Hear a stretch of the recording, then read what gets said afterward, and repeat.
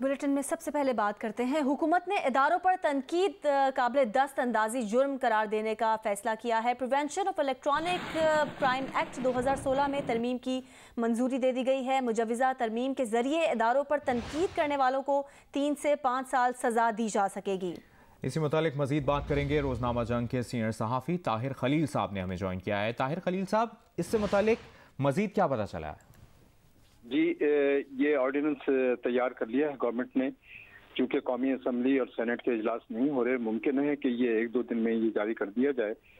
और इस ऑर्डिनेंस के जरिए अदारों पर तनकीद को काबिल दस्तअंदाजी जुर्म करार दिया गया है। इससे पहले prevention of electronic crimes act पीका, इसकी सजा जो थी वो 3 साल थी इसकी जो खिलाफ वर्जी की, लेकिन अब इसको 5 साल किया गया है ताकि अदारों पर जो तनकीद है वो काबिल दस्तअंदाजी जुर्म होगा।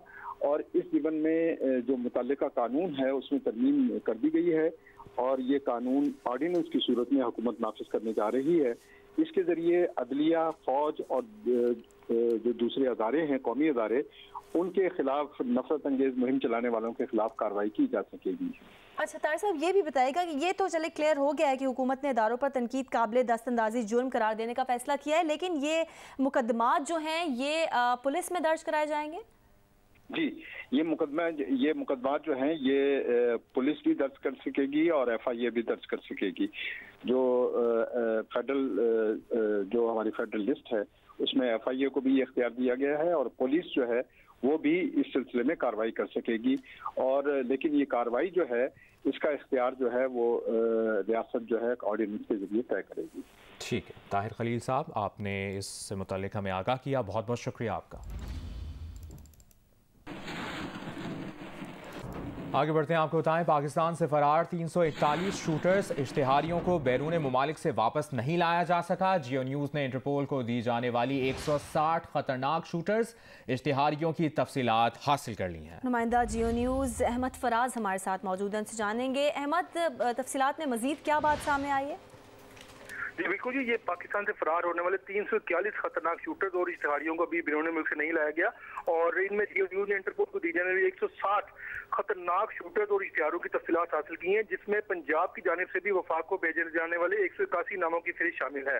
और खतरनाक मुलजमों को पकड़ने के लिए तफसीलात जो है अब इंटरपोल को भेज दी गई हैं और मतलूब मुलजमान की तफसीलात वज़ीर दाखिला के जरिए इंटरपोल को फराहम की गई हैं।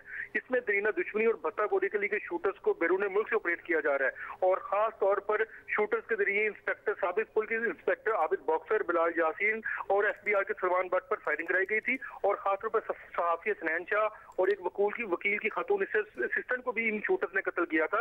और कत्ल के वाकयात में कई मुलजमान को इश्तिहारी करार दिया जा चुका है, जिनमें रिजवान, सैफुल्लाह, मीर अब्दुल्ला, जैन, यासिर, इफ्जाल उर्फ कन्नो, सईद नासिर वगैरह शामिल हैं। अब खतरनाक इश्तिहारियों को वापस लाने के लिए महकमा दाखिला से जो है वो पंजाब पुलिस के तर्जुमान का ये कहना है कि खतरनाक इश्तिहारियों को वापस लाने के लिए महकमा दाखिला से राब्ते में है और मुतअद्दिद शूटर्स के डेड वारंट, तस्वीर और कवायद जो है वो फराहम किए जा चुके हैं। जी सही, बहुत शुक्रिया आपका अहमद फराज, आपने अपडेट किया।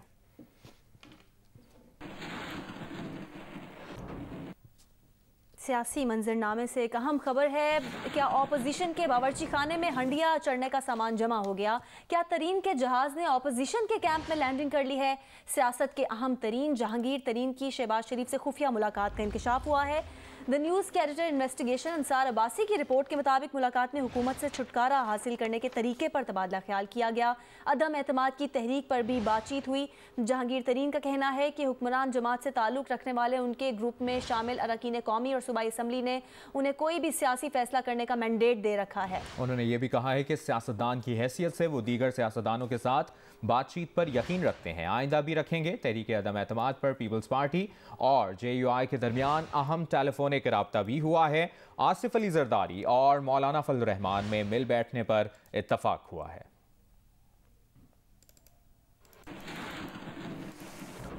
वफाकी वज़ीर इत्तलात फवाद चौधरी ने ऑपोजिशन पर तनकीद करते हुए कहा है कि ऑपोजिशन के रहनुमाओं पर तो उनके घर वाले एतमाद नहीं करते, ये अदम एतमाद कैसे लाएंगे? ये भी कहा कि जुर्रत है तो कल ही अदम एतमाद ले आए।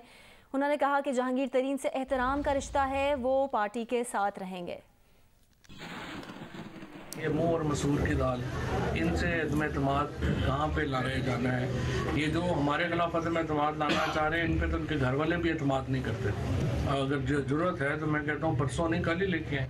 इमरान खान की हुकूमत को ना वफाक में कोई ख़तरा है ना पंजाब में कोई खतरा। जहांगीर तरीन साहब का बहुत एहतराम का ताल्लुक़ है मेरा, और जहाँ तक मैं उन्हें जानता हूँ, मेरा नहीं ख्याल कि वो कोई ऐसा फैसला करेंगे। वो पार्टी के साथ रहेंगे और किसी तौर पर भी पार्टी को नुकसान नहीं पहुँचाएंगे।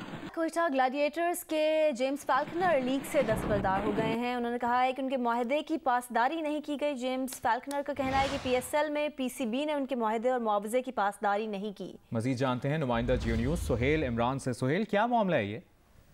जी बिल्कुल, पेमेंट के हवाले से जेम्स फॉक्नर ने अपने सोशल मीडिया बयान में कहा है कि जो उनका पेमेंट और एग्रीमेंट का जो वायदा था पाकिस्तान क्रिकेट बोर्ड और PSL के साथ, उसकी पासदारी नहीं की गई और आज बदकिस्मती से उन्हें PSL से अलग होना पड़ रहा है और अगले 2 मैचेस के लिए वो जो है वो दस्तयाब नहीं होंगे। क्वेटा ग्लैडिएटर को हमें रेज राय ने इस बात की भी तस्दीक की है कि ये मामला पिछले कई दिनों से चल रहा था और वो अपने आखिरी मैच में क्वेटा टीम के साथ शामिल भी नहीं हुए थे और आज उन्होंने सोशल मीडिया पर पाकिस्तान क्रिकेट बोर्ड और PSL के हवाले से एक जो बयान जारी किया है, उसमें उनका कहना है कि मैं कई दिनों से उनसे इस मामले को हल करने के लिए कह रहा था, लेकिन मेरी बात नहीं सुनी गई और इससे मुझे जो है वो मैं हर्ट हुआ हूँ और ये बड़ा डिसग्रेसफुल था मेरे लिए कि मेरे मुआहदे की पासदारी नहीं की गई, इसलिए मैं PSL को छोड़ रहा हूँ। मैं पाकिस्तान में इंटरनेशनल क्रिकेट की बहाली करना चाहता था क्योंकि यहाँ पर बहुत टैलेंट है, क्रिकेट फैंस बहुत ज्यादा है, लेकिन मेरे मुआहदे की पासदारी नहीं की गई, जिसका मुझे दुख है। लेकिन राय ने हमारे इस बात की तस्दीक की है कि तो सुहेल, क्वेटा ग्लैडिएटर्स या PCB की जानिब से कोई मौक़िफ़ अब तक सामने आया?